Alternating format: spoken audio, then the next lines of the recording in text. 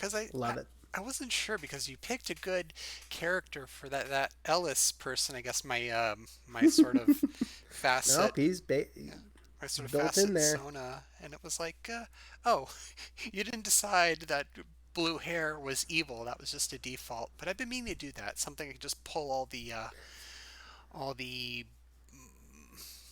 default things with and just kind of run with them. I tweeted about those That's ideas. such a fun way. It's such a good way to go about it, I think.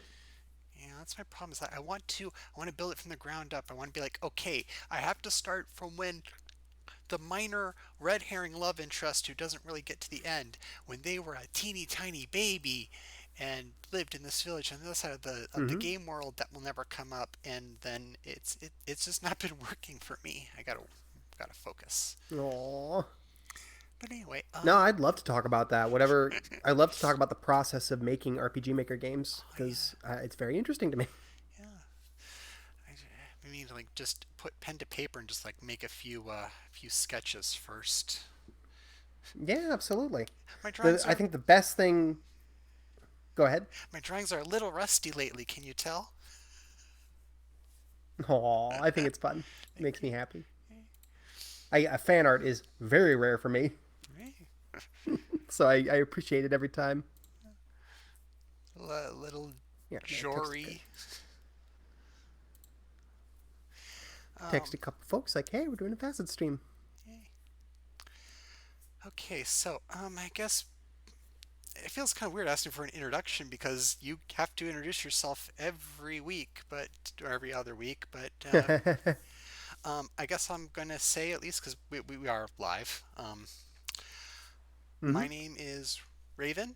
I'm Raven the GM here, most other places. I'm also known as Peaches or Cutie Butt, and I've been trying the she/her pronouns. They them is fine. And oh gosh, I am so honored to finally have someone with me on my little tiny baby vanity project here. I know who he is. He's your friend of mine, but take it away. Hi, I'm John Thayer. I record the Sockscast with my friends Polly and Rhett at Socks Make People Sexy. I make games. You can play them at farawaytimes.itch.io. And I'm here because you played Facets over the last several streams, which is my big RPG Maker game. Yeah, it was. I let's see. It was kind of a big deal. I because sometimes the community does put together a game. Usually they're just fun little diversions. I don't. Oh, except for I can't believe I forgot her lullaby, that visual novel. That pulled me in. We could do another cast. Uh, um, like a spoiler cast about that, but right now it's Happy to going. see Durante in the chat. Yeah. Hello. Oh, hello. Oh, that's Durante. Okay. Hello, Yep. folks. I won't be able to stop. I don't want to stop too much and introduce people like I usually do when I'm gaming, and I can just like walk away. But Mm-hmm. so glad everyone's coming. Please, you don't have to stay for the whole thing, but if you do, maybe we'll see what places we go. But it was Yep. kind of a big deal, I think, because it had been a couple years since there was a quote unquote community game, and everyone I played it uh, certainly had a reaction. And that sounds backhanded, but I don't mean it that way. It was divisive in a good way. I think there is definitely space for discourse. I will take that. Um, well, it wasn't that it was actually smack dab in the middle because me and Polly made her lullaby together. We'd made Operation Kiss All the Boys in 2014, which was a cute little game made together for a jam. It was very fun and enjoyable to get together. Um, and then we did her lullaby in 2017, which just oh look at everyone in the chat. Hi. Um, which just came together in a flurry. It was just a delight.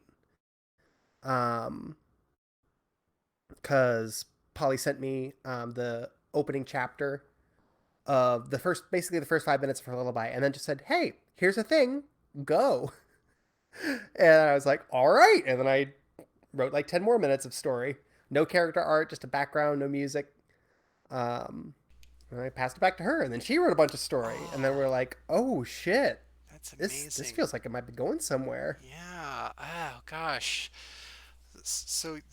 But from that, does that flow into facets, or is that just like how you were? Yeah. Oh yeah.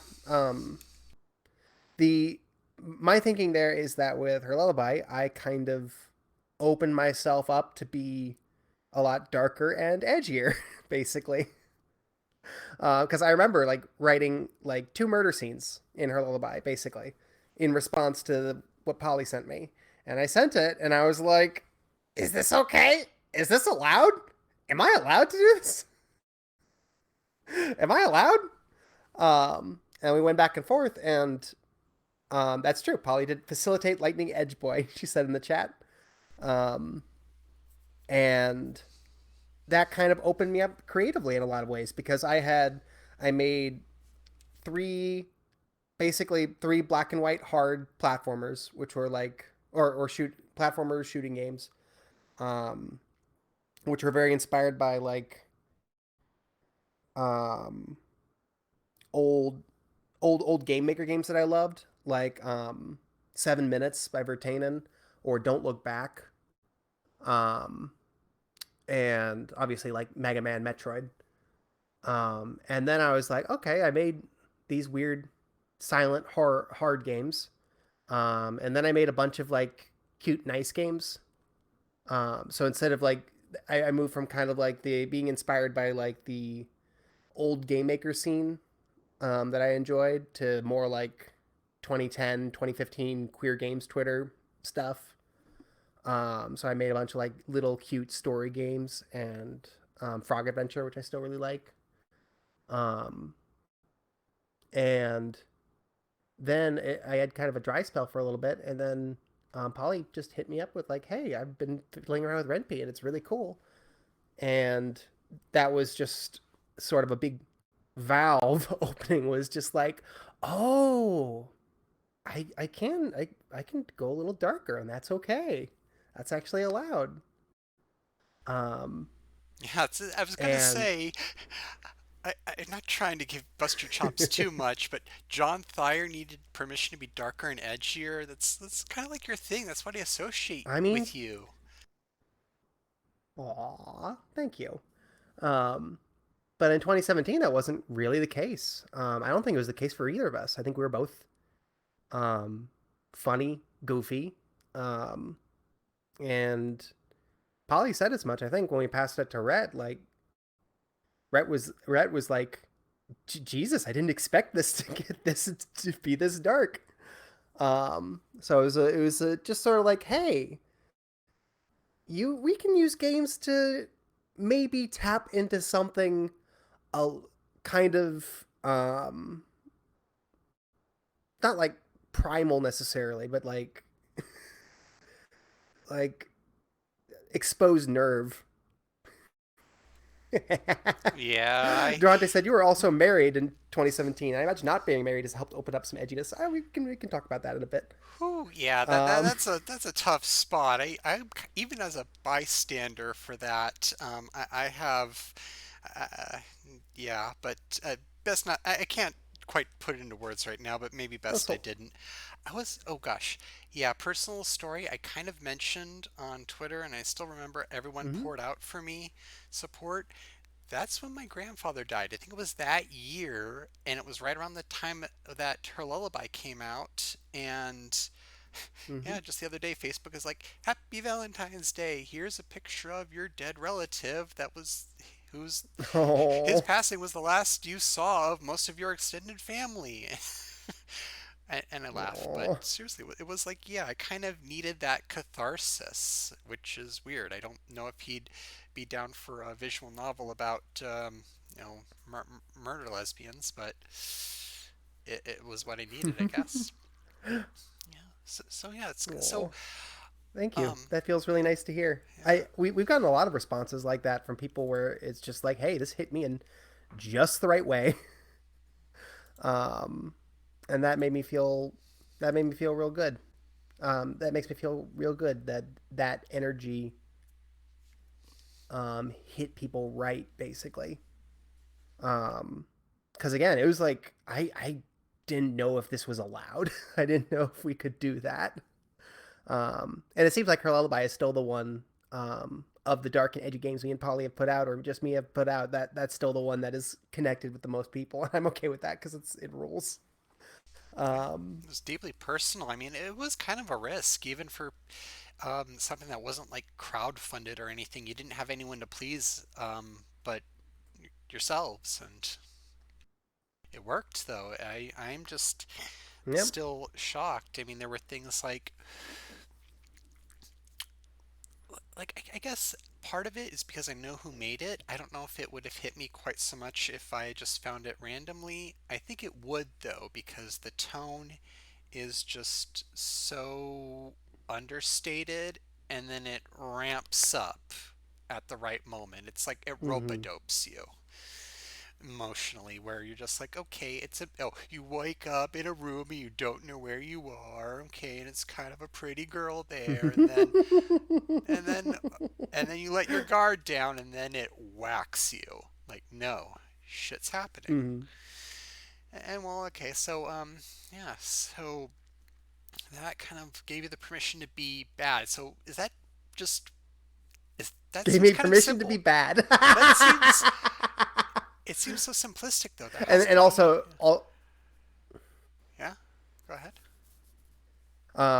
well, I mean, if you want to talk about facets, that happened. Um, I did not have the idea for the story at all when I started facets. I was gonna I ask. played what I played actually. I played the game Middens, which was a very pretty well regarded RPG Maker game several years ago. I think it's less well regarded now that the creator was outed as a predator, so that sucks.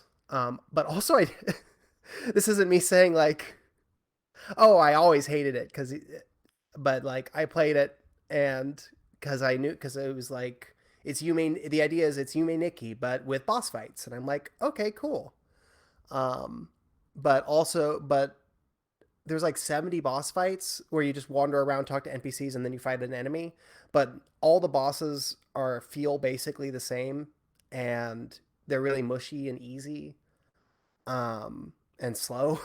Oh, And I was like, this isn't what I wanted. This isn't what I wanted from boss fight Yumi Nikki. And I was like, can I do that? Can I do a boss fight in an RPG Maker? And I loaded up RPG Maker, and I was like, I did 2003 because that's the one I played with as a kid, and I think it's the prettiest. And I just took RTB sprites, threw them in a room, and was like, how can I make this feel good?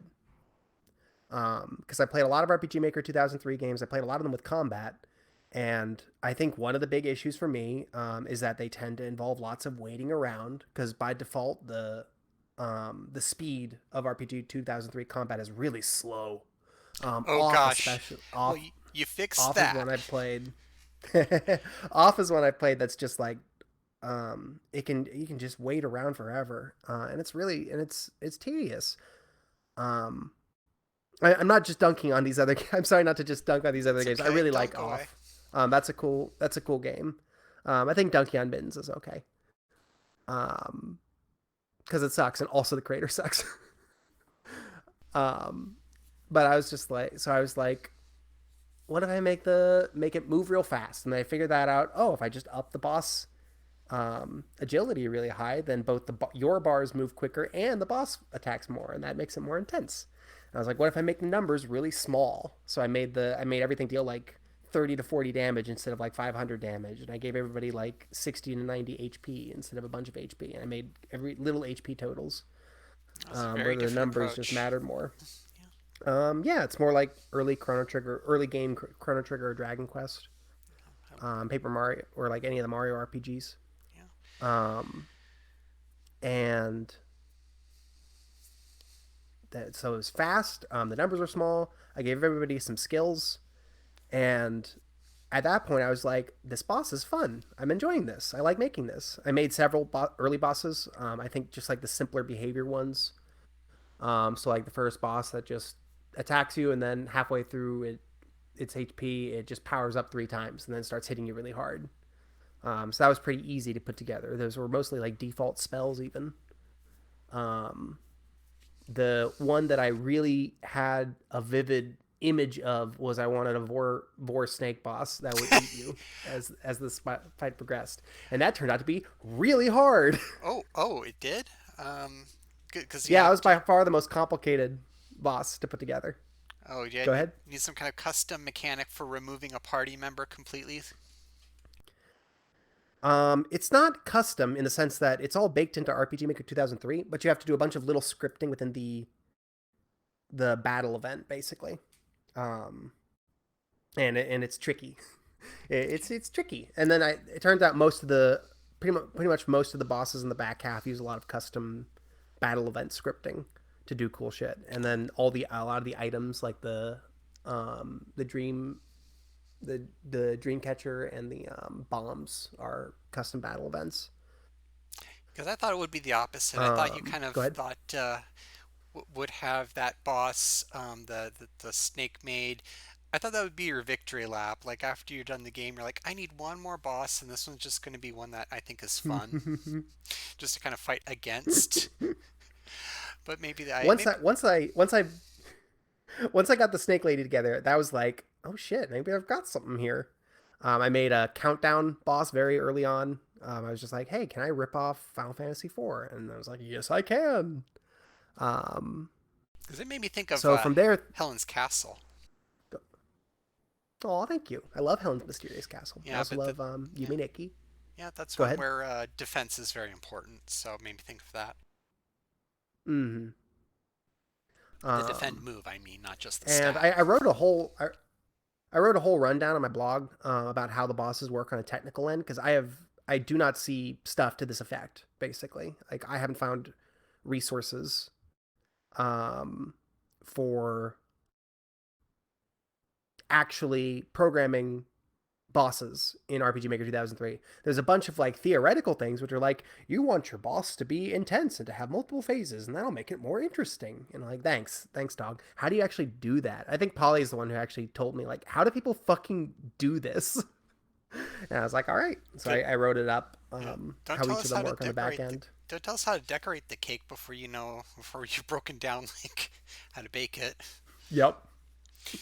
Polly says your boss should have a good amount of HP. Oh Yep. gosh, I'm gonna make a boss that has like Um, one hit point, just to say like F you. But okay, so I don't let me back up a bit too much here because we were oh gosh, we were getting right into like the emotional nitty gritty. But it is fascinating that that's how it mhm. started was you just were making bosses. But Gameplay. yeah, Yeah. what It's funny that it's that. Go ahead. I really wish I'd played this game sooner, but I think I talked about it on the stream. Like maybe it's a good thing that I waited because I was a little weirded out. I thought this game is probably going to be really hard. It's probably not going to be my cup of tea, and so taking a chance on it though and diving in, I was like, wow, I kind of had the wrong idea. It was not what I thought it was in a good way. Oh, thank you. Yeah. Yeah, I don't think it's I think I've kind of helped build up a reputation of it as being kind of a weird, cursed, impossible game, and I really don't think it's that. I There's a bunch of changes I made as I progressed. Like originally, a bunch of bosses had 2,000 HP, and then I was like, this goes on a little long, and then I made it cut it down to 1,500. Yes, you did Um, strike a good balance between frustration and challenge, which I am jealous of. I'm very bad at that kind of nuance on principle. mhm. It's still fucking hard, like for sure. But I think it's built to be winnable, and I think most of the folks that I've watched get to the end make it through to the end. You made it through to the end without using the 2 items, which instantly kill a boss. Well, you told me not So I was to. like, Well, you told me I I did didn't not have tell you not to. to. I told you I beat the game. I play it, and I don't need to use them. So I was like, all right, if I can do it pretty with a cozy number of potions and both the insta kill items unused, then that should make it pretty well balanced for regular players who are just having to figure it out as they go along. Well, that's probably a good And idea, though. Yeah, and I Some got a bunch of testers coming back and saying, I beat it. I used my last potion on the last boss. And I'm like, perfect. Well, that's simple. Yeah. How do you make sure it's right? You listen to your players. Wow. I didn't think of Yep. that. I had like 5 test players. So it's not careless. I think it's like, I'm not trying to say like, oh, my game's perfect. I'm just like, um, it's not meant to be, it's not meant to be impossible. It's not meant to be miserable. I was a little worried it might be Um, torture porny for the player too, as well as the characters. But oh, that's the story end. Like that's a whole other deal. And I think a lot more nuanced. The Oh, and that's the other component to it is I realized like, hey, I've got a bunch of fun bosses. What's a structure that's just fun bosses? Because I don't really want to program a whole enemies, and I don't really want to program. So if I don't do that, then maybe I don't do any leveling up. Maybe you just have like 5 or 10 bosses and nothing else, and you don't level up or gain any new weapons or anything. it's not necessary. I was a little let down. I'm like, wait, I can't take a long rest. I can't learn a new spell. Nope. Ooh, got my work cut out for me. Had to unlearn Yeah, a I lot liked. of RPG tropes that are pretty well deconstructed, I guess. I mean, because why do you need to get bigger and then fight a bigger boss right afterwards? It's not necessary in a way. Yeah, it seemed. It just. I like having it's kind of cutting out vocabulary. Um, because it makes it. Because to me, June says I think the game that makes the game more accessible, and for me, it's the same thing or less scary to engage with. And for me, it's the same thing because when I play a big, complicated RPG like Xenoblade or something, I spend the whole game like terrified that I'm missing something. Um, and I always am. I always get to a late game boss. And I'm like, fuck, I'm stuck. I don't know what I'm supposed to do here. And It's I'm rare like, that I oh, I play a didn't. game that I completely understand. I usually have to wing it. I That's what I do. I just wing it and then I hope that I never have to learn how the game works. Boy didn't understand orbments and trails till the end of SC. This is true. I'm trying to play more attentively now. I'm trying to be a little more thoughtful about it, and I think that's rewarding me a lot. But that doesn't come naturally to me. What comes naturally to me is just like um, clear, easy to understand vocabularies. Just like not a lot to arcadey languages are very easy for me. Mega Man, I can follow Mega Man. I can follow Mario. I can follow um, those simple languages. And like one of my favorite, for me, I think like Final Fantasy IV is still sort of my most fun RPG type of game I can play. I play is Final Fantasy IV, which has a very stripped down rule set compared to like later Final Fantasies. All the characters have completely static abilities. They learn spells at static levels. There's some you can equip. You get some equipment. You level up, but there's no customization, they and there's no you don't even get to control your party. You don't even pick which characters you bring along. It's just you have this is your tool set for this boss. Figure it out. The only way if you're stuck, then the only thing you can do is level up. Um, that's the only way for basically. Maybe buy some equipment with bigger numbers. Yeah, Um, I this lives rent free in my mind since high school, and I should mhm. really let it go since it's more than half my lifetime ago. But I tried this RPG Maker game. It was pretty much the anti-Facets in terms of what my impression was. I was telling the creator, who was someone I knew on AOL Instant Messenger, I said, I keep dying, and his response is, well, this game isn't for beginners. Ouch. Oh, That, I mean, because the thing is, he said you need to give your sidekick's weapon to your main character because you're going to lose your sidekick due to a plot event. And I'm just like, oh, well, that's something I could have easily predicted. It never. Was that the creator of the game you said? Yes, he was a friend of mine. It was not nothing Weird. I paid money for, but it was just like, why do people Uh-huh. have like triple digit hit points at level one? How am I supposed to know what weapon goes with what person when they're interchangeable? I don't. Is there a bonus for the main character that's not for the sidekick? I don't know, but that Mhm. so I guess I was still like dunking on this guy who doesn't even remember who I am, but I'm like, this is the exact opposite. No, it doesn't matter what weapon you give the characters because they just have their weapons. It's not that kind of item management game. You did away with stuff like that because it wasn't part of it. Yeah, it's all meant to make the game. It's really all meant to make the game nicer, because it means that there's no question of like, do I need to level up? Do I need to do X?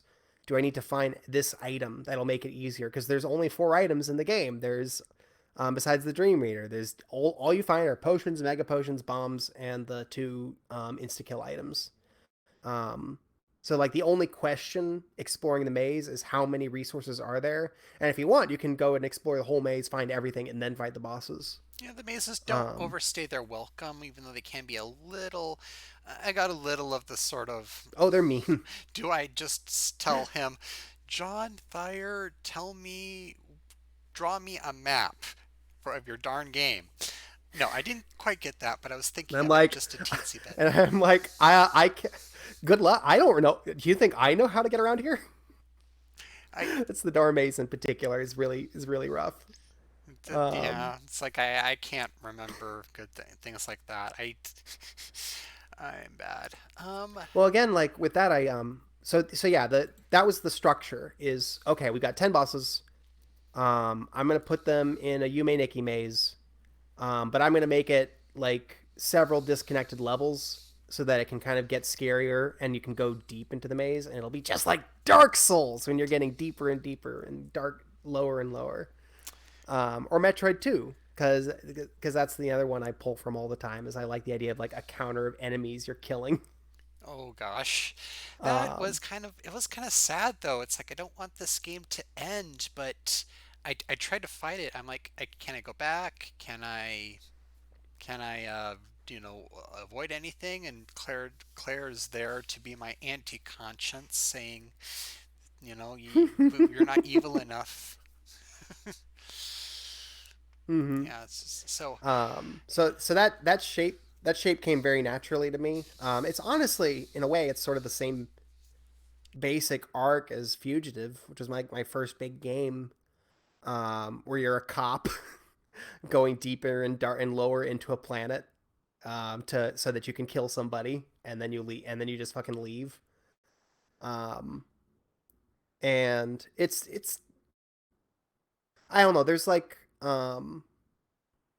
discourse about like what shame play is, I guess, which shame is play. This the is a new thing. it's the idea of the it's the idea that if you are shaming the player for playing your game, that's stupid. Because the game exists, you should be it exists so you can play it. Obviously, you want the player to play it. So why would you tell a story that is berating them for progressing? I was afraid it was going to do And that something like that, actually. That's another reason why I didn't touch Facets for a long time, is because I wasn't sure how much of the torture porn is going to have blood on, virtual blood on my hands, which it was avoided. It was mm-hmm. avoided. I think mostly because even though you play as the villain, you don't really feel like you're the stand in for them. At least that was what I got, but you probably have other decisions. I mean, that's my read, is like you're just playing as a character. You're not responsible for what they're doing. Um, that's just the role you are in. You are inhabiting this character who will not stop until they either lose or kill this girl. Um, and you're not responsible for that. That's just the role I'm putting you in. So I don't think that there's any element of the game that is telling you to stop playing it. Yeah, you're kind of like maybe maybe it's like a role you're given to play in Yeah. on stage or for film. You push the buttons, but no hard feelings. hmm Um, I for me, it's sort of in a big extended version of the catharsis I got in Undertale from the specifically the boss fight with Undine in the Evil Route. Oh, Um, oh yeah, Undying the Undying, because which is supposed to be super hard. That's like when I'm told, I haven't tried that, but when it just ramps up hard, the difficulty. it's not that hard, but it is pretty. It's a little tricky. It's a very very very fucking good fight. Oh, Um, I and should. the idea is just like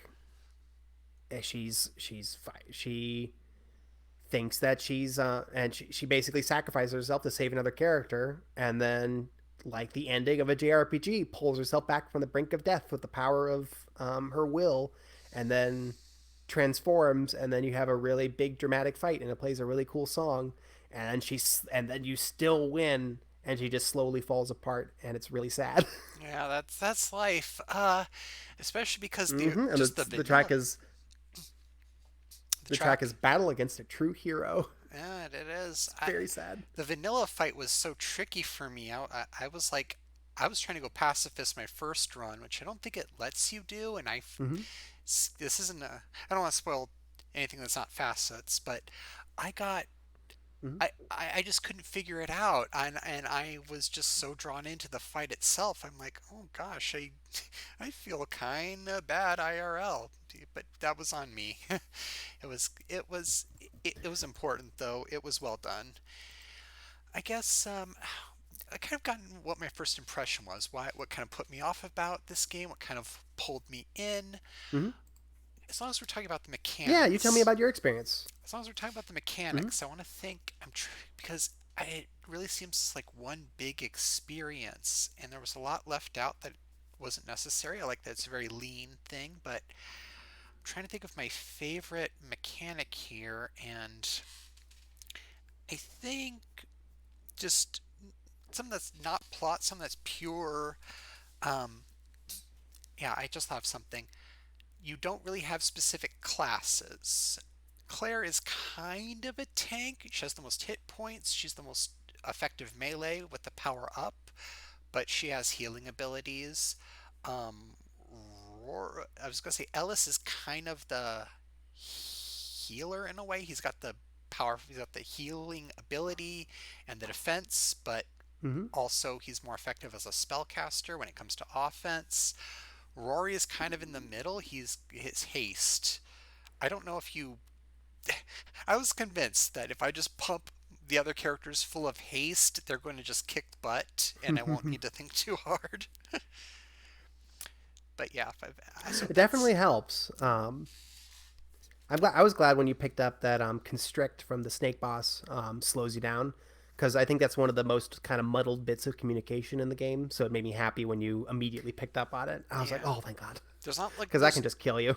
there's no big icon of like the sad face going, this person is slow. I'm like, what constrict would It's probably, so yeah, hard. it's probably gonna It's so drain hard to me. show debuffs and buffs clearly in RPG Maker 2003. There's a lot that goes into it, and it sucks. I've been experimenting with it a lot on a later project, just trying to find any way to make it more clear because it's so beautiful in Tom's game Silas, Oh gosh. Silus.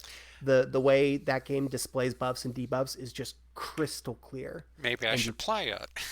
you can't do that in RPG Maker 2003. You just can't. I tried like 15.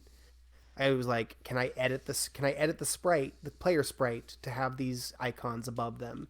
No, you can't change. You can't instantly change the player sprite um, It's pretty the way that I hard. wanted to. I think I saw You can't. It's so much. I can't remember any details about this, but I did see a game where um they had that. It was an RPG Maker game with on the fly character sprites would change based upon how the battle was going, and I hadn't seen it before or since. hmm So yeah, it must be Um, difficult, especially this one because yeah, it really was like on the fly as you battled. So, Hmm. I think the thing about the not having classes is interesting because I actually look at that as sort of a weakness in the storytelling and characterization is that I balance the characters around them being balanced, as in all of them having an essential offense role, an essential support role, and an essential healing role. Um, and I think that makes it fun, but it means that none of them really feel differentiated mechanically in a way that like a Final Fantasy IV character would. And I think that's one of the um, my friend Folgadrum actually put out Ocean Oi and Adam Oi, um, where the characters are, which is also RPG Maker 2000, which is RPG Maker 2000, and the characters are aggressively distinct from each other. They are so um, separate roles, while all of them still being essential. And it's beautiful how it's put together, and it made me so happy. um, because those games are pure RPG combat gauntlets, um, and watching that and feeling that big difference was really cool to me. okay. Let's see. I guess that was a lot of the mechanics and or maybe half-ish way. Is this a good time to shift gears and talk about themes? Because How about you tell me some of your experience with the story of Facets? the heartbreak, the misery, the okay. I want to do it in order because it's very, very Yeah, deliberate. I'd like that. I knew what I was getting into, and I'm like, okay, I'm the bad guy. Elisa hasn't really. I don't think anyone deserves this, and it's I don't either. such a careful pacing because at first, you're being up on that little girl facet, and it turns out no, that's what a worm or something or a bat. And it's okay. I'm like getting into it. I'm getting into it, and then cut scene. I think you actually clipped me choking up a little about that cut scene. Um, so What's the so you went into this game. You yes, knew what did you know about it? I What did knew you know about the story? it was a sad story where you're the bad guy, and Okay. kind of it. That there was going to be some kind of torture in it. It's not. It's tasteful, I would say. It serves the plot. It doesn't try to shame you for wanting to play it. But yeah, I just needed to prepare myself emotionally, and it's very well paced though. It doesn't hit you with the Mm-hmm. tragedy until you feel connected with the main character. I What think was like your arc with the when you booted up the game okay. and that there was that extremely long 5 minute intro before it gets to any movement at all? I didn't think it was That where overly it kind of long. introduced the premise. I didn't think it was overly long. It I don't know. I think it helps to I kind don't of either, read the but it is. back. Yeah, I think it's necessary, but it is very long. read the back of the box. But that's me. That's I think one of my favorite moments of games is still the opening of Half-Life, where you stand on a tram, you can jump, you can move around, but it's mostly just looking at everything and just I don't know, I liked it. Something about it. I love the idea that that you're just a guy. And it was a good similarly maybe not too long. It was deliberately long. I'm using that word a lot with the ticking and just it very well establishes three people as just they're just there to do a job. Some people are enjoying it more than others, but it's like, okay, secure the suppression rune. um, did you apply that gag? Let's ungag the prisoner, and it works though. It kind of gives us just enough hints to bring us in as players, and then it kind of builds from there. I don't want to go through it piece by piece. I will. I would love to talk about beat by Hmm. beat, but I don't want to drag it down because I just overall it's a beautiful arc. It's not really not really a three-act structure, but it is paced well. We're giving out information at just the right speed. Mm. Um, I think there was a lot of the most interesting pacing stuff was figuring out the third memory, and how to pace that out with the slime boss, because I actually went back and forth on that a lot. oh, the Where for a lace, long time, because I think yeah, that's for a Lacey. long time the slime boss was her dad Oh, actually. right. Oh gosh, I'm blanking. Yeah, the soldier guy. But it starts off as her dad and then flashes between her and Lacey and her mom. Um, and but the memory was actually going to be after that boss. It kind of explaining what happened, and then I put it in the game. I did the memory. I did the boss fight. I had the memory happen after the boss, and then I was like, something doesn't feel right. This doesn't feel right for some reason. And then I just moved it, and it was suddenly worked. Yeah, Um, that would have been a bit too much of a gut punch, I think, to learn that she had good memories of her dad, but that he was taken away. The other way around, I think, was a great idea because it's a good scene. It's a good scene, but when you get it a little earlier, it's such a drama bomb. I This is something I'm trying to save for the end mm-hmm, because I said it on the cast. It sets up this kind of a Blade Runner thing. You don't know if Elise is going to come out of this being like just like a zombie, or if she's going to be like a mm-hmm, completely different person. And when she has that dream of her dad as a soldier killing her mother, then it's like, oh, she might be next. She might be shooting icicles at her loved ones that pierce their hearts, literally, and kill them.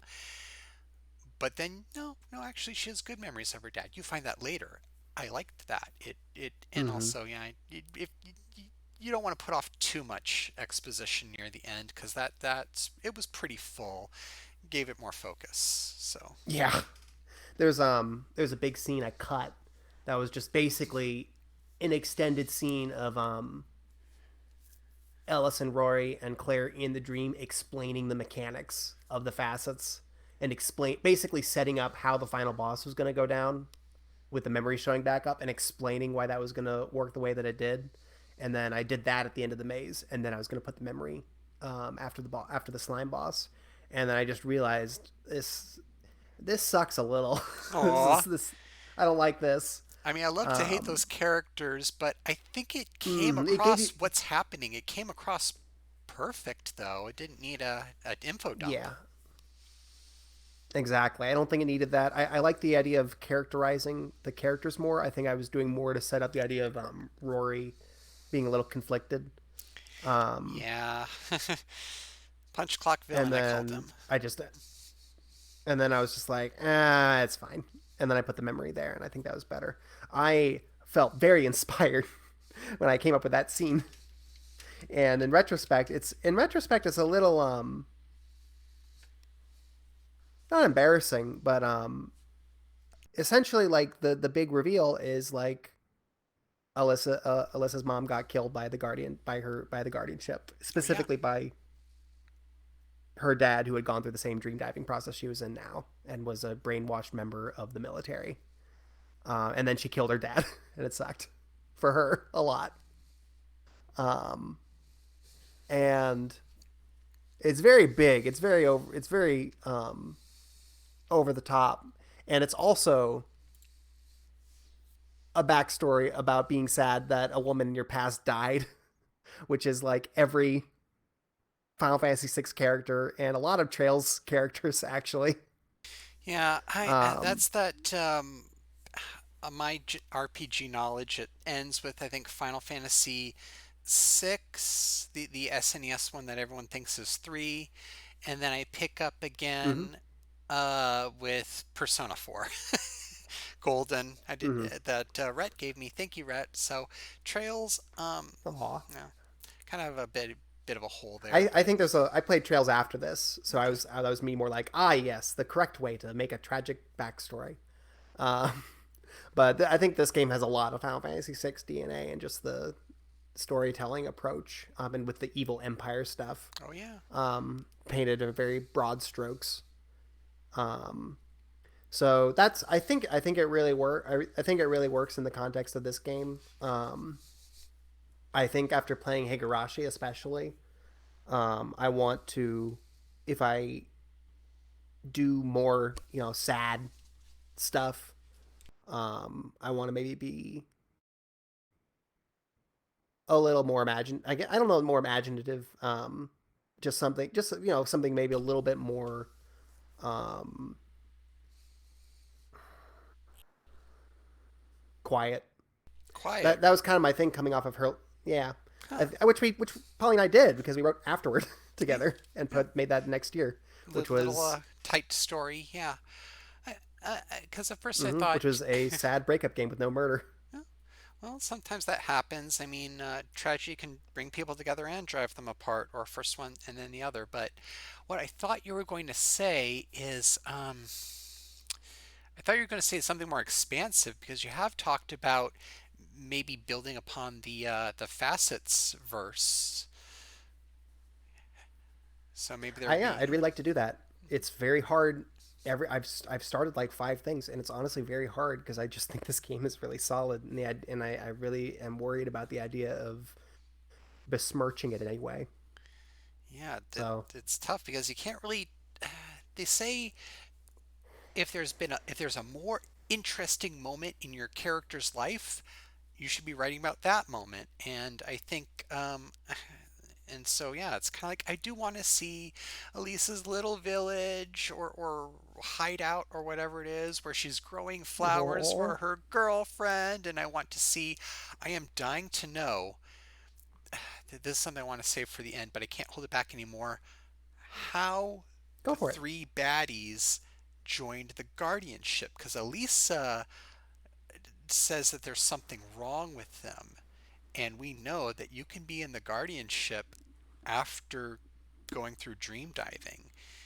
It doesn't, and Mm-hmm. so is this a Blade Runner thing? Is this going to keep bringing it up? Because it's kind of like the rosebud being the sled. As we all know that the secret to Blade Runner is that Decker, the main guy who hunts these replicant people, is he's actually just one of them. But he doesn't know it. He has human memories, and so I can't. You don't have to say Mm-hmm. yes or no. It could be a mystery. It could be you can just shrug and say you weren't sure. But it's suggested that they might have gone through that themselves. The bad guys. They might have been good at one point. Um, Dari brought up the same thing in their piece about facets, which I thought was really interesting. The It's piece. definitely something I thought about. On Indie Hellzone, Oh, okay. they wrote about facets. Um, and I think I was maybe gonna do something. Yeah, I was gonna do. That's what I was gonna. That was in that piece that I cut. Um, I had us in the scene where I was gonna doing exposition where I was like, I think I was gonna have something where Ellis explicitly said something to the effect of, Claire and Rory, you two are the first dream divers who were themselves the results of dream diving, and the implication was like Rory was asking questions and maybe he should shut up because he's in a he has more eyes on him because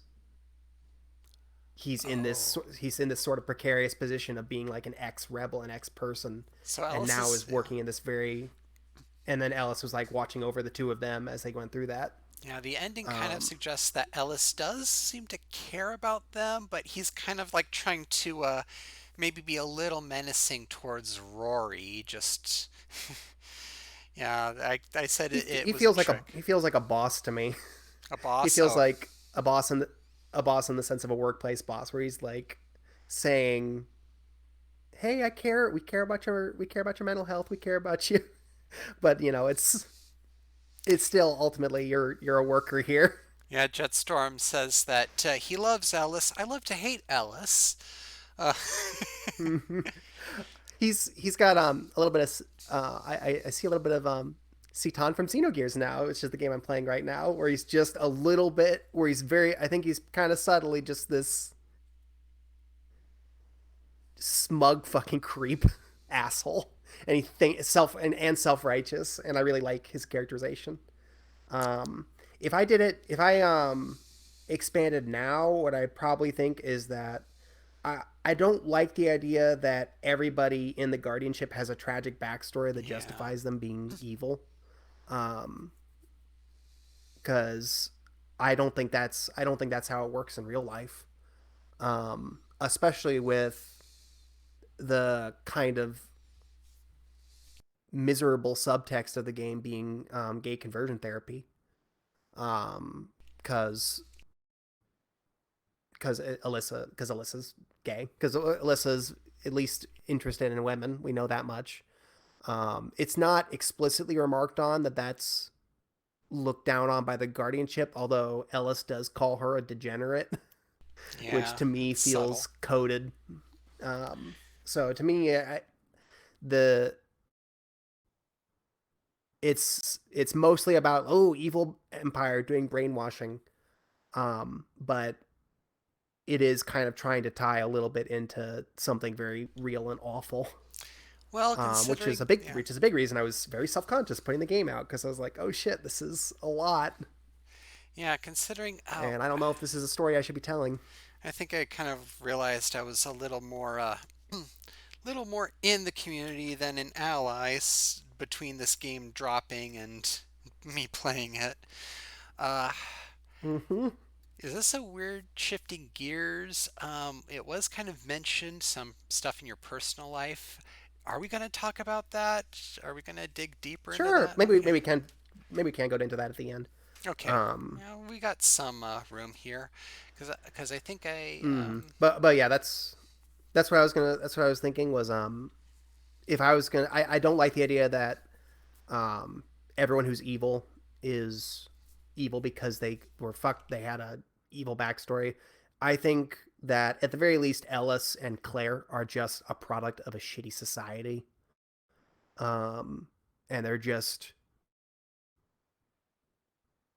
ultimately cruel people.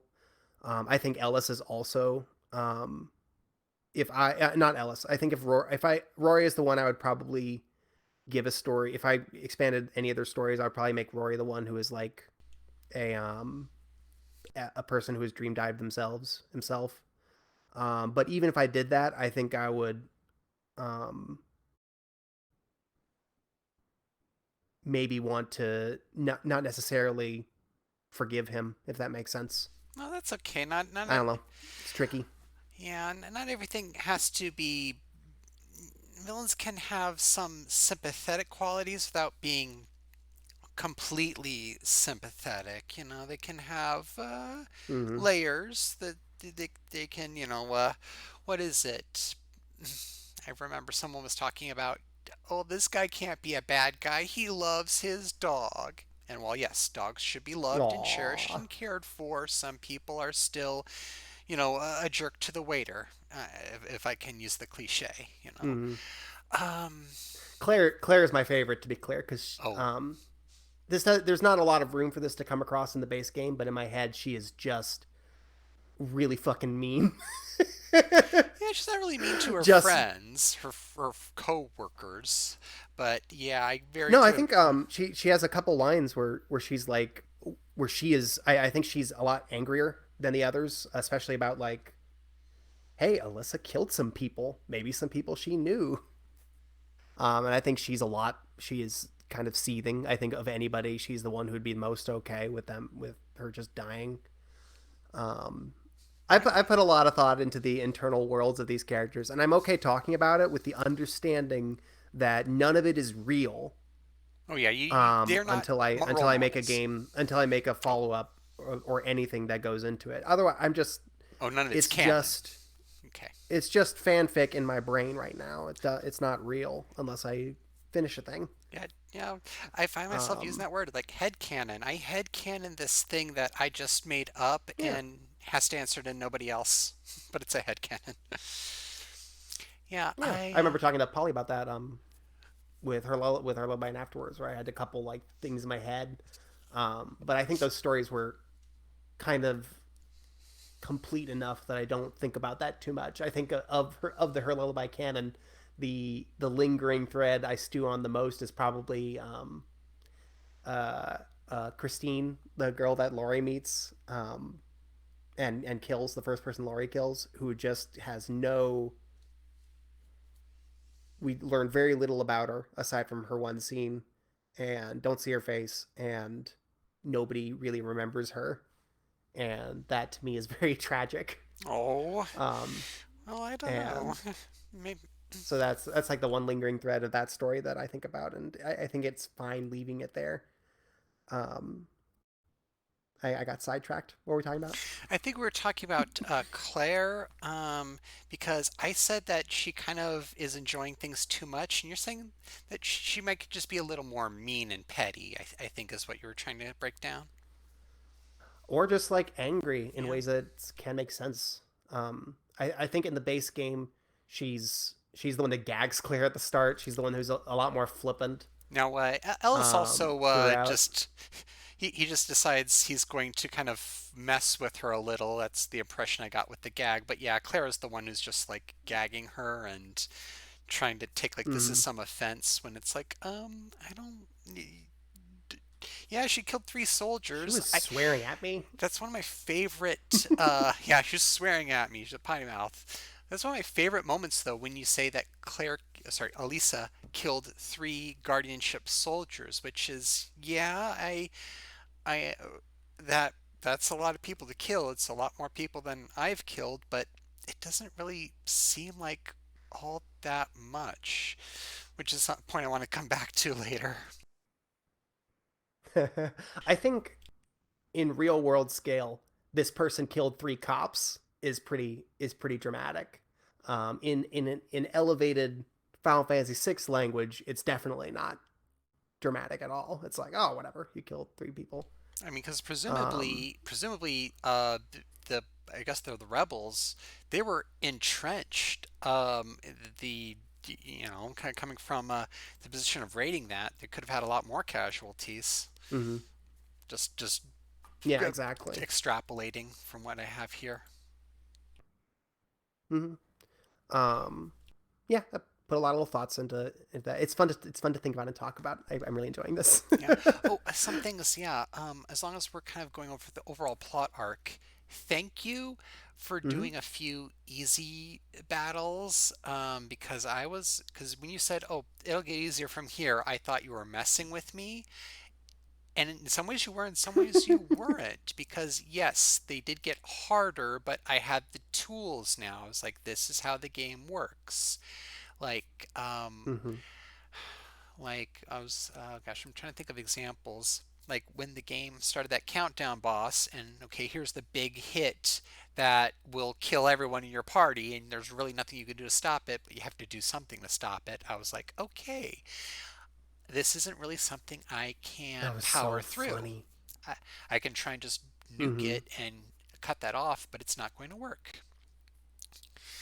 Yeah, Mm-hmm. so, That was so funny watching what fight that gave a lot of people confusion because I think that's one of the I think that's one of the kind of formal threads that isn't developed on very much is defending because it never comes up outside of oh the yeah. um outside of the countdowns because other it's always better to be like as far as I can tell it's always better to be on the offensive Well, not always. um I mean, early on, I and was trying like, to yeah, I was like, one of these is a survival battle. One of these has got to be a survival battle. And just when I thought, no, I guess there's not going to be one, then Elisa goes into Phoenix mode.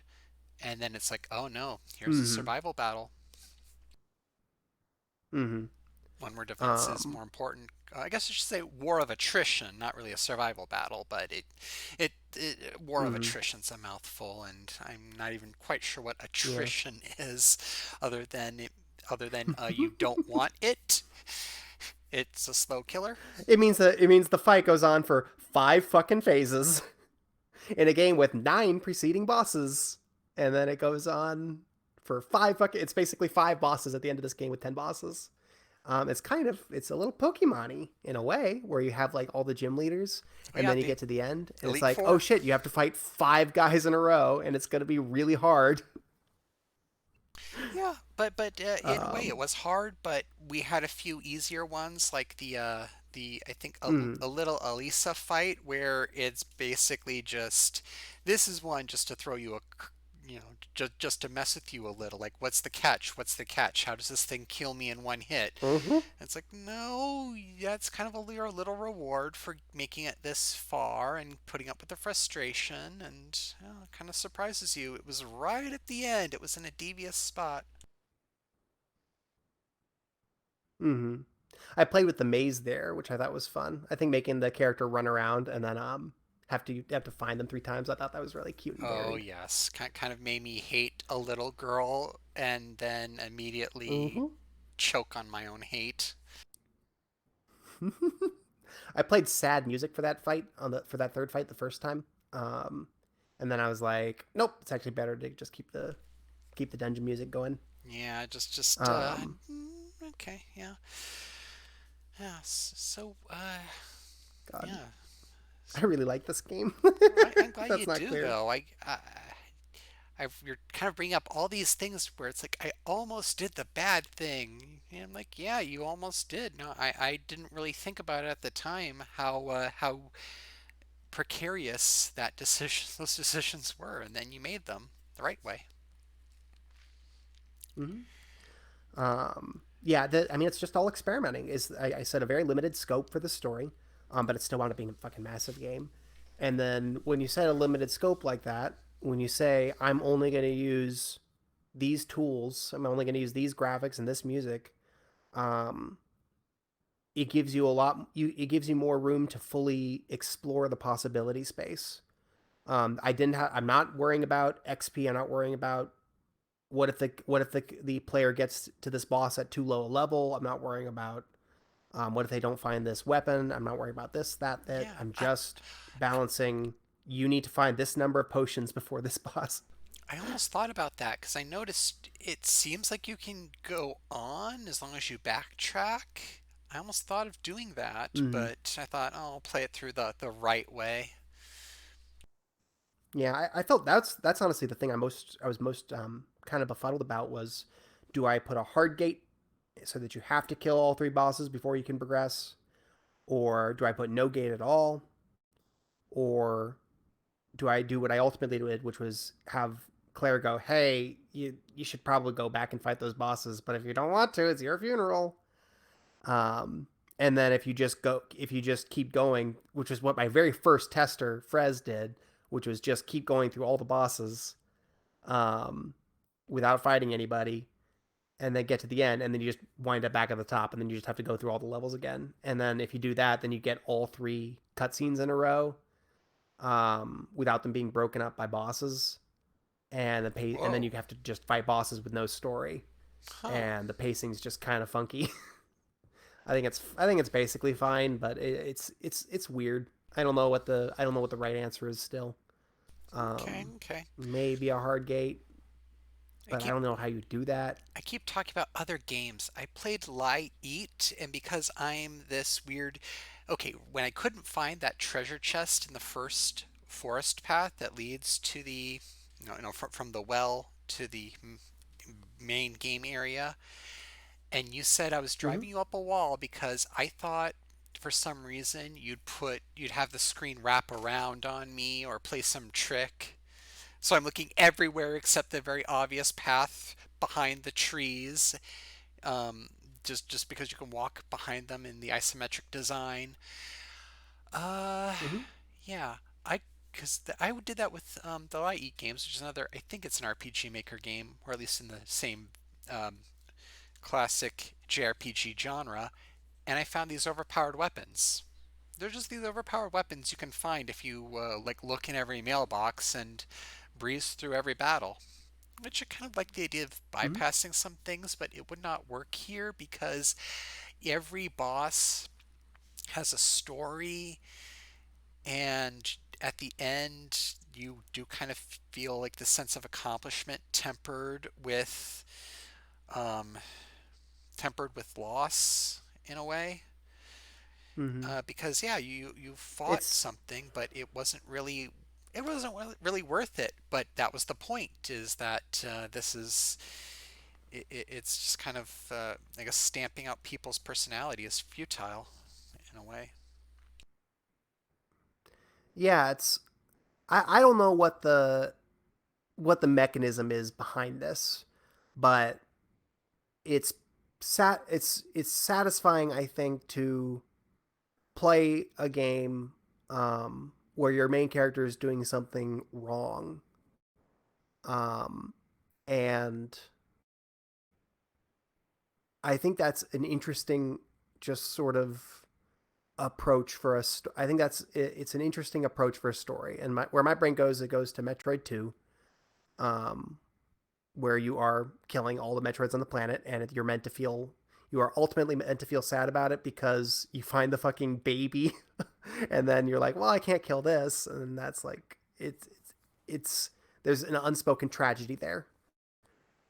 And I think of Shadow of the Colossus, which definitely does that, where it's like, oh shit, maybe I shouldn't be doing this thing. And I think of Undertale, and then this was not the kind of quiet, unspoken tragedy like Metroid 2 or Shadow of the Colossus, because it's very in your face that, oh, this sucks. Oh, this feels bad. This is wrong. And then you just kind of have to luxuriate in that for a while. Um, and I think the ultimate, I think the mechanism that I was attracted to is that the there is no villain that will ever be scarier and more effective in a video game than the player, because the player is always going to win. Oh, I totally Um, didn't think about that.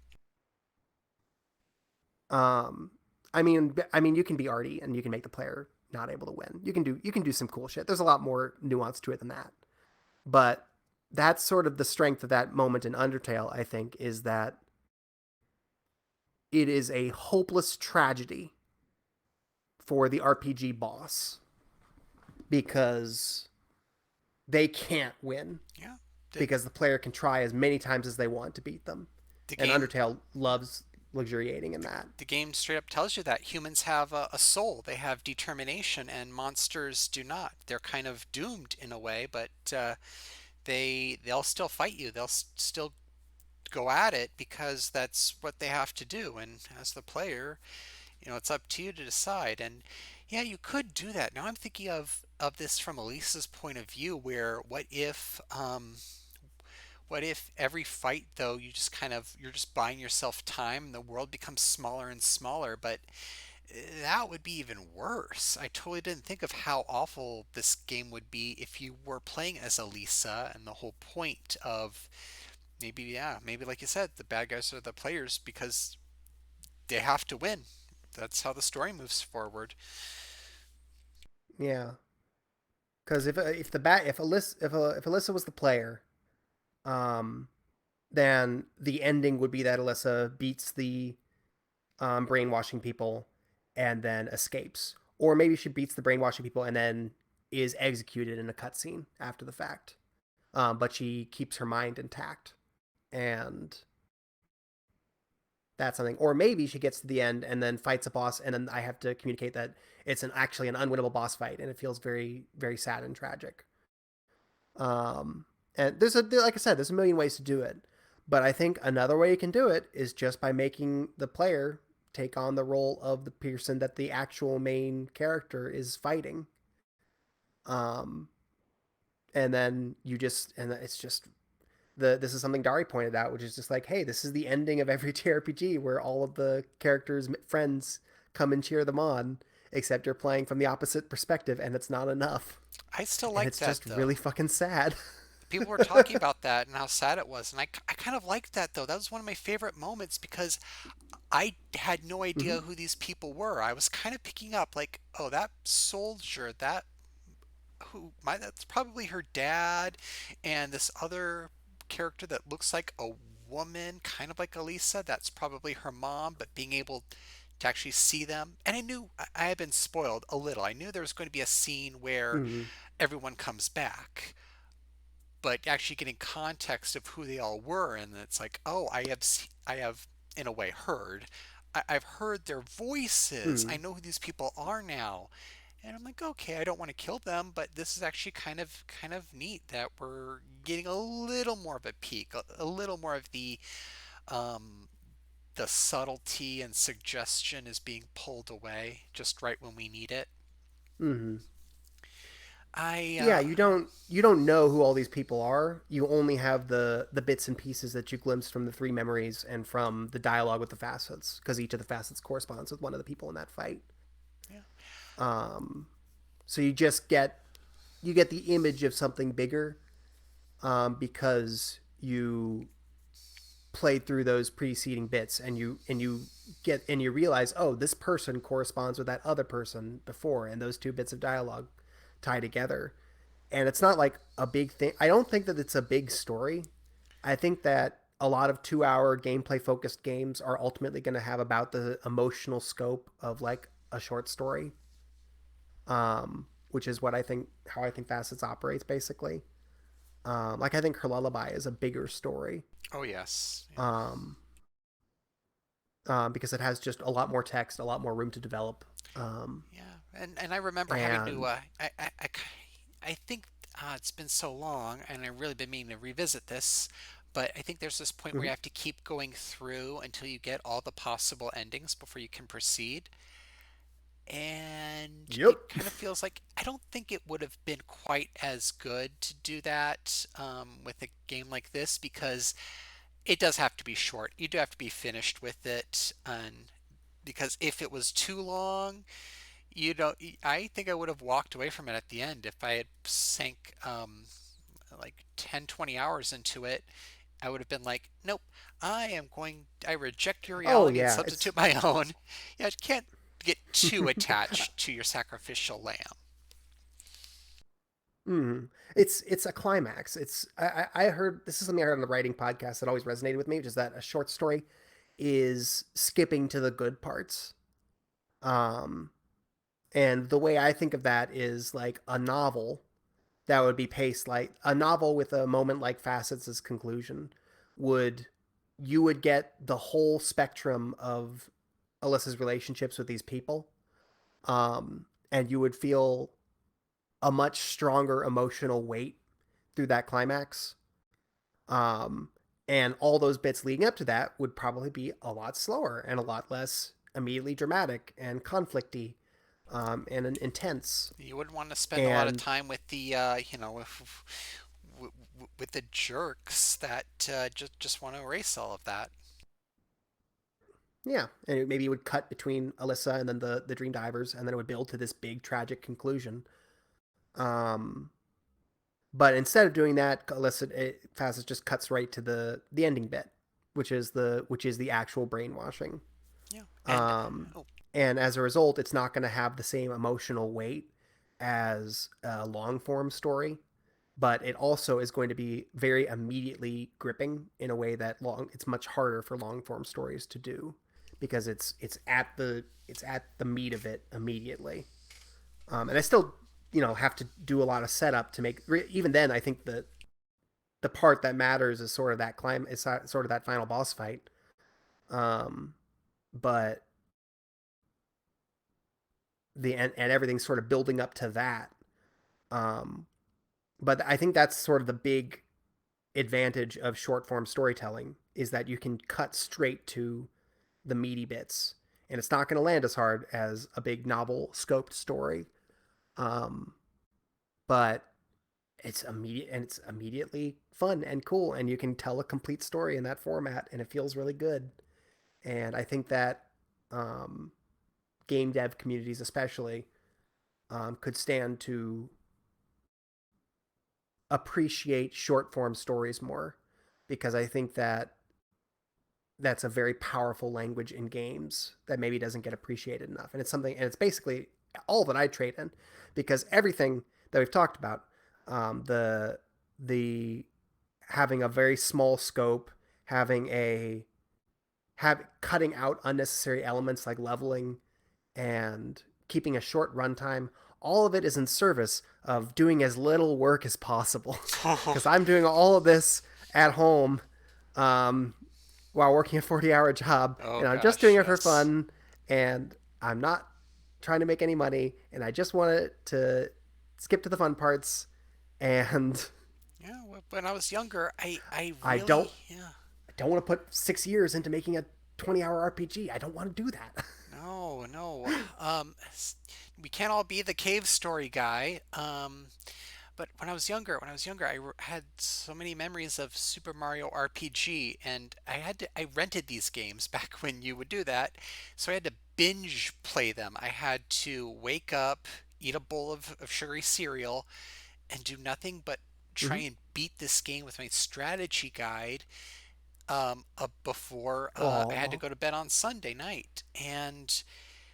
Hmm. And they stuck in my brain. I really, really wanted to express myself that way, the way with Final Fantasy VI or Ocarina of Time or Chrono Trigger is up. I love that game more than I should, really, because there's like so much in my life that has happened since then. But we can't all do that. We're not all cogs in the big game dev machine. Sometimes we just have to kind of, Hmm. like you, just tell smaller stories. Or with me, I guess, right? I am still more of a connoisseur at this point, but who knows? Maybe the end result of these streams, maybe I'll be making one. I've thought of like streaming myself making a game. I was like, well, what am I going to do? I'm going to want to stim. I'm going to want to fidget and draw something. Hmm. And I'm like, well, maybe, but I didn't want to have a distracting visual while you're talking. So that might be an idea for another stream is I'm just going to fart around in RPG Maker. I would love that. Yes. I've had the most rewarding thing about Facets existing and Facets being out there is that I've seen multiple friends make games directly inspired by it, and I had never seen that before.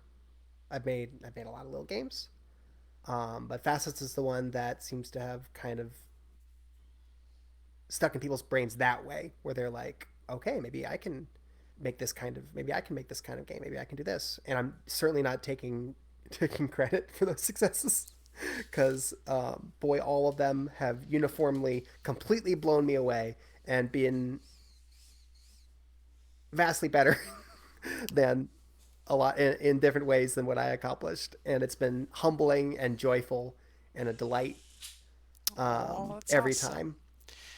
Okay, well, And that brings so that I the number one thing that brings me joy is um, seeing friends. One of the number one things that brings me joy is seeing friends find satisfaction in expressing themselves, and especially through games because that's what I do. So I'm very happy to help if you have any RPG Maker questions. that is the sweetest damn thing. I thought we were going to talk about. I thought we were going to talk about killing fairies or like chickens that become phoenixes, and now it's like no. Gosh, I guess there's a good guy underneath that cold. No, not no, you're not cold. That the gleefully murderous exterior. Um, but I Mm-hmm. kid. I kid. This is my only defense is that I kind of have to give you a little bit of a hard time. But I've been trying not to challenge channel. Try not to channel someone else we both know and love, and try and be a little more Peaches, a little less her. But one thing I need to get out now because I've been choking on this and it's Okay, going to get out. I go think for it. I I want to think hear everything. ultimately there is a smidgen, just a tiny dollop of hope in this because even though it's suggested that Elisa loses and loses hard and the guardianship will keep going, still though, that was a lot to put down just one person. This is someone who was able to fight for their whole lives and actually maybe too short a life, but lived a beautiful life and was up against people who didn't have half of that, or at least if they do, there's no hint of it. And so I think there is a little hope at the end of this, as minuscule as it is. And is that up to interpretation? Was that deliberate, or am I just feeling sympathetic for green-haired girls? Um, well, my thinking is that I felt the same way, And in the last memory, on your way out of the game, out of the dream, in that last combo between Lacey and Alyssa, um, Lacey basically says that is like, hey, as long as we keep fighting tooth and nail, um, to keep to live as ourselves, um, then even if both of us die, even if our friends die, even if everyone we know die, even if everyone we know loses, as long as another person is out there fighting, which again in the gay conversion therapy subtext Yes. is pretty dire, is pretty rough. Then we haven't lost. As long as there's another queer person, another person fighting against the unjust system. Yeah. Um, but then I have Alyssa undercut that and say that's all that's sweet, but we'll still be dead, Yeah. So it's and just that a tiny bit sucks. of hope. It can be hard to, Yeah. because I think the comparison to 1984 is a bit of low hanging fruit. But I read that when I was, oh Oh, it was gosh, intentional, like yeah, for sure. I think I was 10, or I couldn't understand all of the Yeah, that one was themes. pretty formative for me. But there's that scene where the protagonist at the end is pretty much just been starved and beaten, and it's kind of point out to him, Mm-hmm.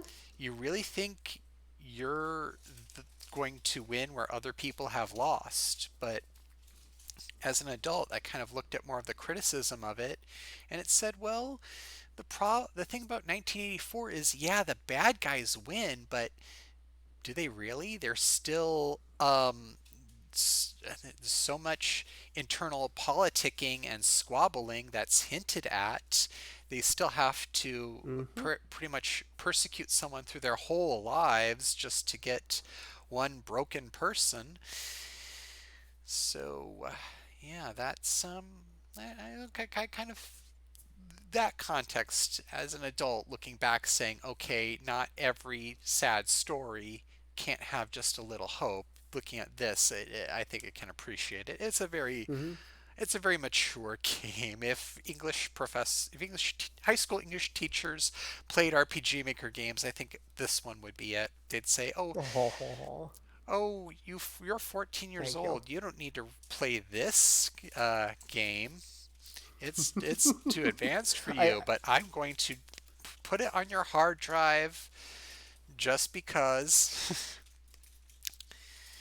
Anyway, yes. So I I don't want to I don't want to give it more credit, I think, than makes sense in a way, because I think it's ultimately very simple and almost one note in terms of it. Just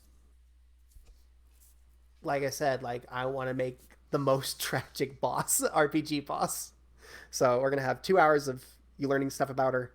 We're gonna make her the most sympath and put her in the most sympathetic position possible, and then slowly kill her, and it's gonna feel really bad. Um, and I wanted to tell that story because I wanted to make fun bosses, RPG bosses. Um, I thought that I thought that this story would be I thought this would be a way of imbuing a lot of weight into bosses like that, and I think that the it would be a way of fitting in like cool dream mazes and doing Yume Nikki psychological stuff. Um, and it could all tie together nicely if it was just like basically a story about one person. Um, and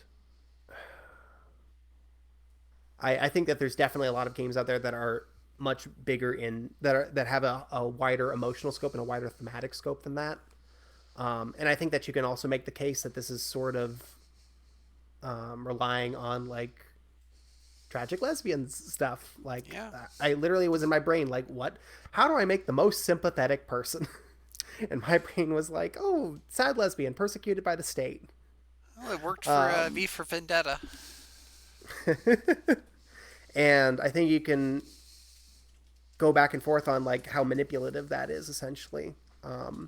And I think Facets is like pretty nakedly manipulative in the sense of it wants you to feel feelings and it's just going to try to make you feel them really fucking hard. Um, because that's what I like in stories. Like Yeah. I'm here for the emotions roller coaster.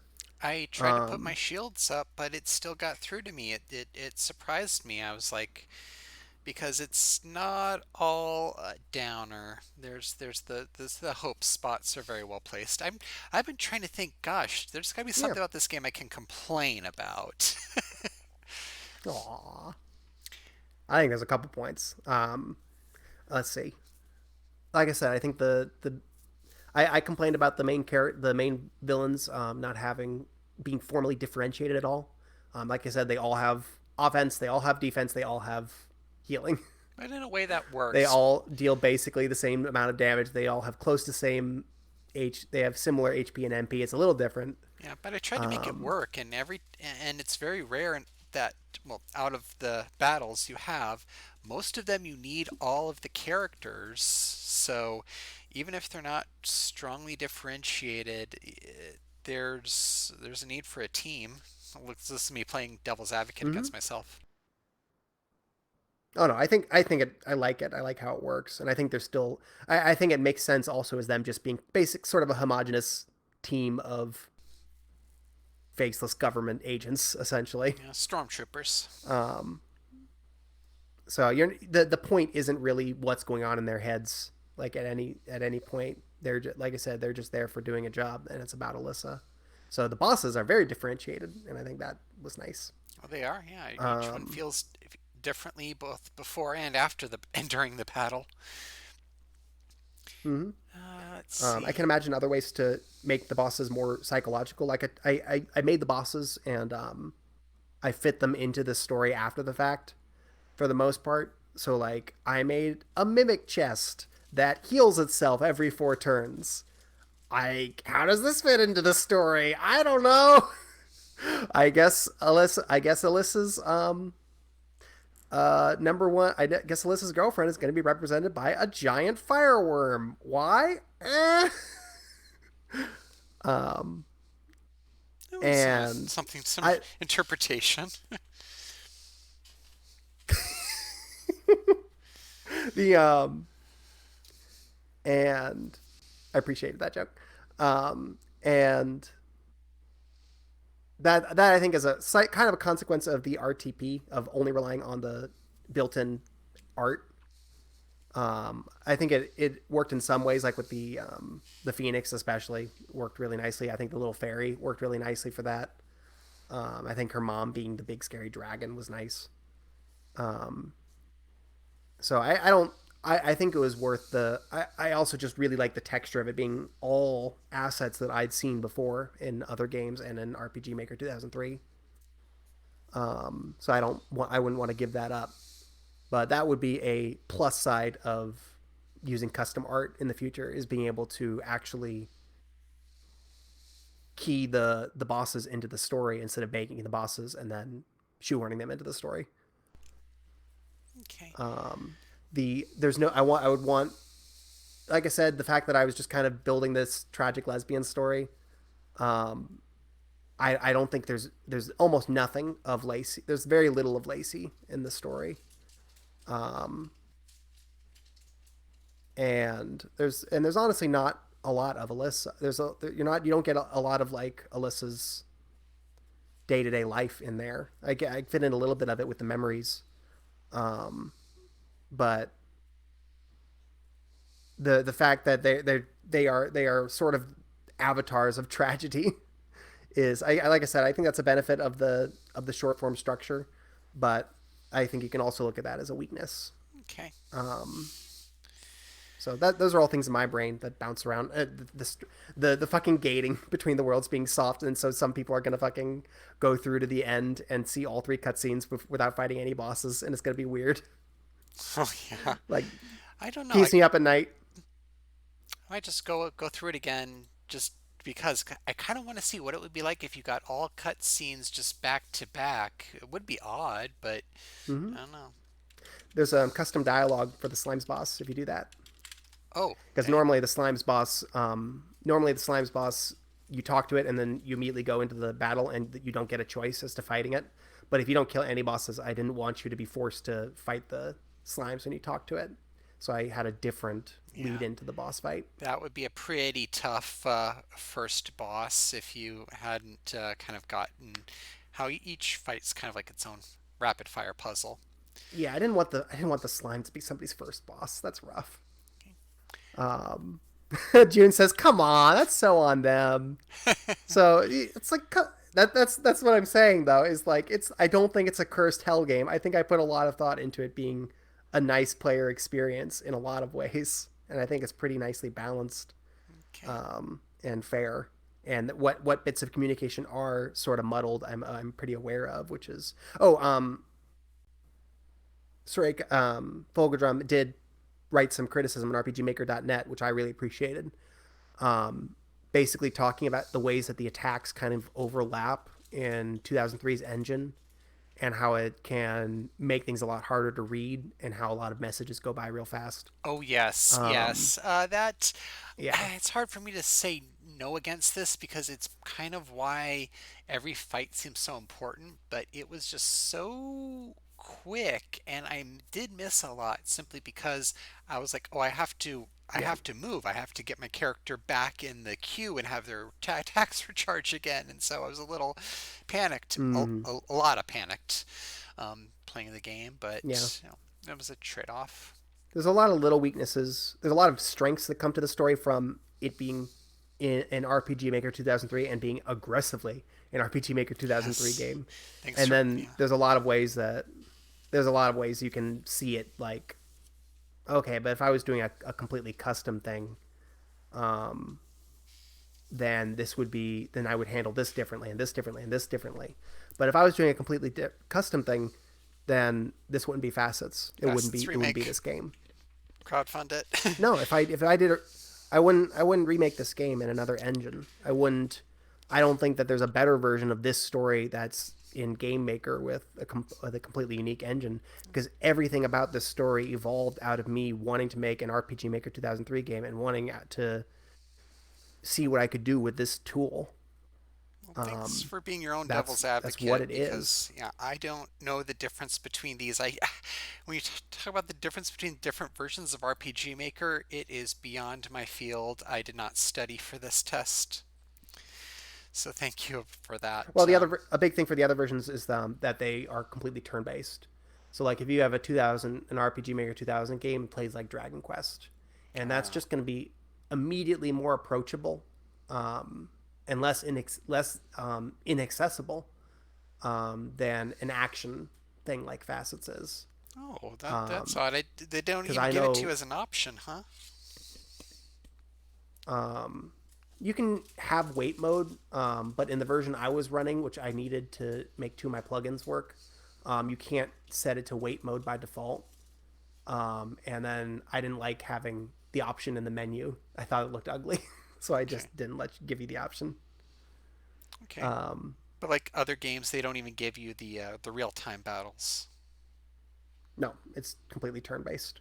I think you can hack it in the scripted ones, Okay, but I think it's neat. I think it's interesting. okay. Well, I hate to say that I'm kind of winding down because, yeah, I'm trying to think of criticisms, but you're just like kind of spill your guts. Is there anything I have a part two in mind, but any final thoughts from you? Mm-hmm. Well, you brought up personal life stuff, Yeah, I was wondering if you were gonna go and circle back around to that, but I am dying to hear it if yeah, you're. but like I think I this game just kind of vomited out of my a lot of this game vomited out of my brain, so I wasn't really thinking too hard about the where the themes are coming from at the time. But I made it while I was in the middle of an abusive relationship, um, and I realized making this and looking back on it is that the thing I'm most afraid of in the world is losing control of my brain. Is somebody um, is not knowing what the truth is, not knowing what my own world is, and the way that's manifested in the last year is that I've gotten pretty deep into reading about QAnon and cults, um, because it freaks me the fuck out. It is Is scary. I used how. to think conspiracy theories were kind of like, oh yeah, it is kind of odd how, is there something the world isn't telling you, and then kind of figuring out, no, not everyone looks at this as Hmm. curiosities or laughable oddities. Like, no, some people really, really, really will believe anything if you Hmm. can make it inviting enough. They'll believe anything, and that is terrifying. It's worse than you can just say, oh, Yeah. sucker born every minute. Well, no, it gets worse. You could be that sucker. And it doesn't matter how strong you are. It doesn't matter how smart you are. Um, you may not be vulnerable to getting pulled into QAnon. You may not. That might not be it. But everybody is vulnerable to abuse. Everybody is vulnerable to having because mind control is real. Brainwashing is real. Um, it's magic in facets, but it's standing in for the real thing, which is just abuse, whether that's abuse on a government systemic level or on a personal individual level or in a cult or anything else. People can control your brain. People can erase your connections with your loved ones. Um, people can kill the person that you are inside, and you can come back from it.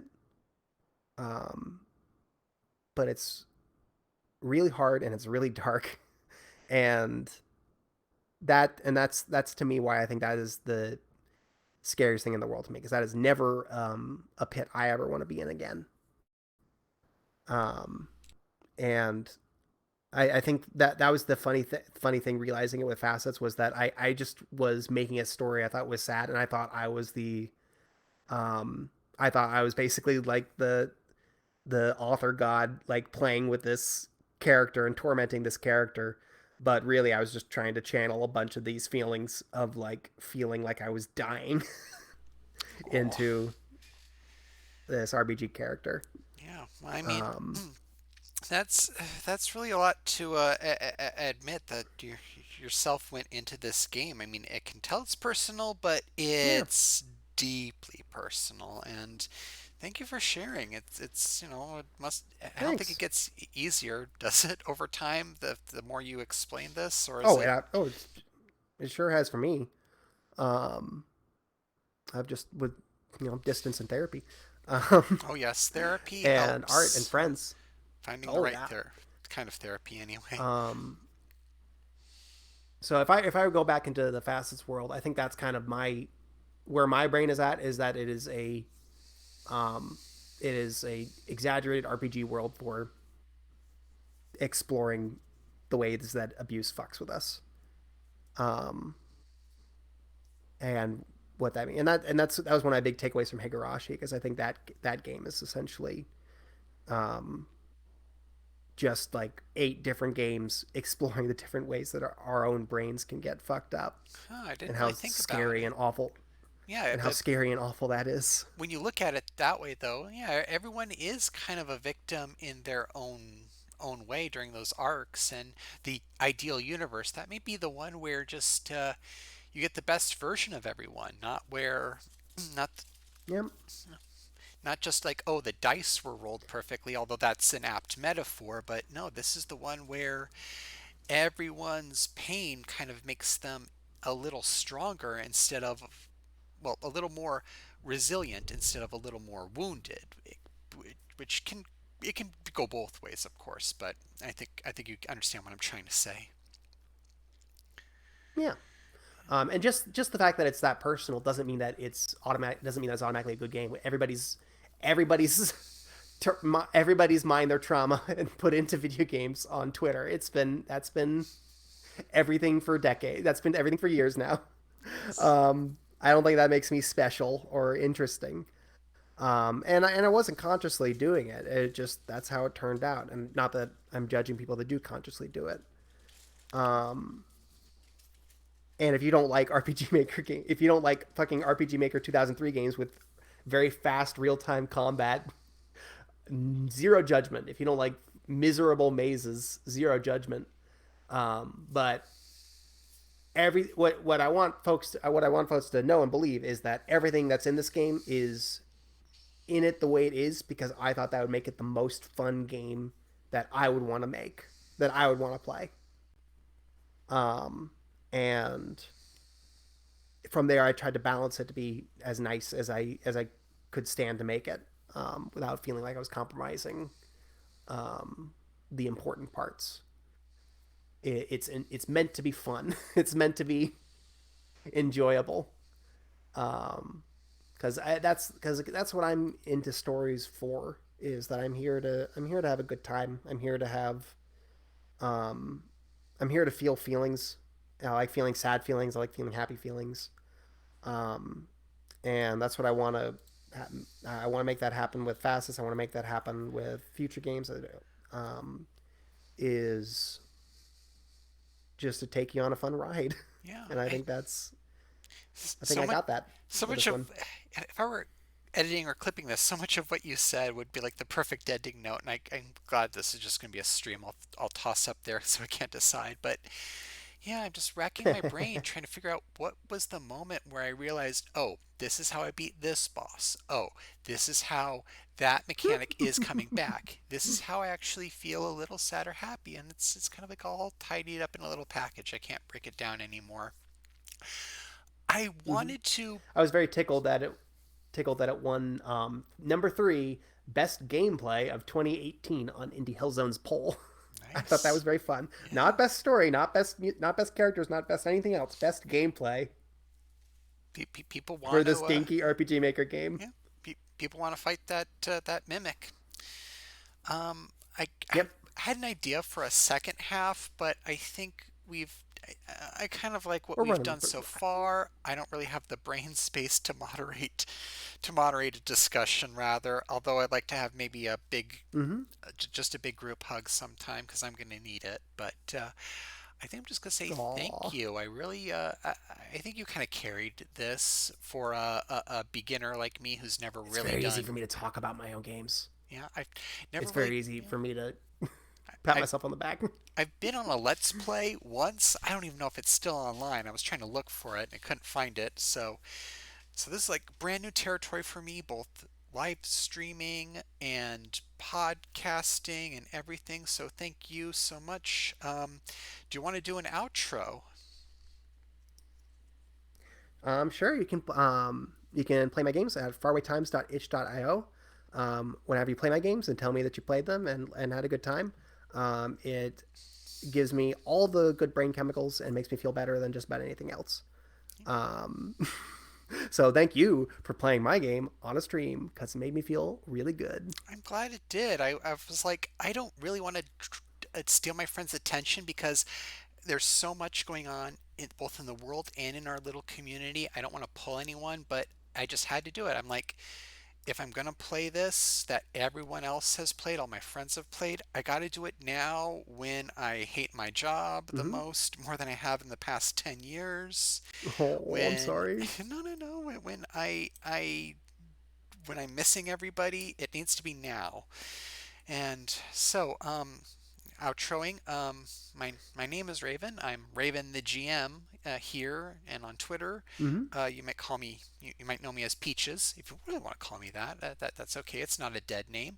Um, and everyone, even if you popped in the chat just a little bit and you're catching up now, thank you for Polly hosted.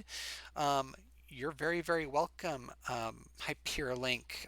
I'm just fascinated because you've been one of those people where it's like, I know that guy, but I want to know that guy. You've been that guy for me for 10 years now. Aww. Anyway, but I yeah, was a nice guy to know. everyone, thank you so, Can I so say a couple? Can much. I say one more thing? Shout outs now or forever hold your peace. I just wanted to. Actually I do want to do shout outs too. Let me. I linked my itch page. Facets is by far my hardest game. I have Atop the Witch's Tower, which is a 30-minute short gay love story ZZT game that is very nice and happy and warm and fuzzy and good. And that's actually one of the games I point folks at the most because I think it's because it's just it is very nice. I got a bunch of hard arcade games like Fugitive and Kikai and Expanse, which I think are all really good. Her Lullaby is if you like horror VNs, I think that's a fun one. Frog Adventure is a very short, cute platformer that a lot of people seem to resonate with. Um, so there's this might not be your cup of tea, is what I'm saying. What this is because it is, like I said, my weirdest and hardest thing. But I've got a lot of stuff on here that I think might resonate with you. I still feel bad Um, that I didn't put Her Lullaby on my game of the decade because I was like, oh, no one wants to hear me Aw. say about how much I love, uh, the mysterious lady in the in the double-breasted hooded coat again. But so yeah, that's my interrupting. That's the only shout out I have is for more community games. So, so um, so yeah, I think we're just gonna wrap it up there. Maybe we'll have a group hug later, but thank you all once more.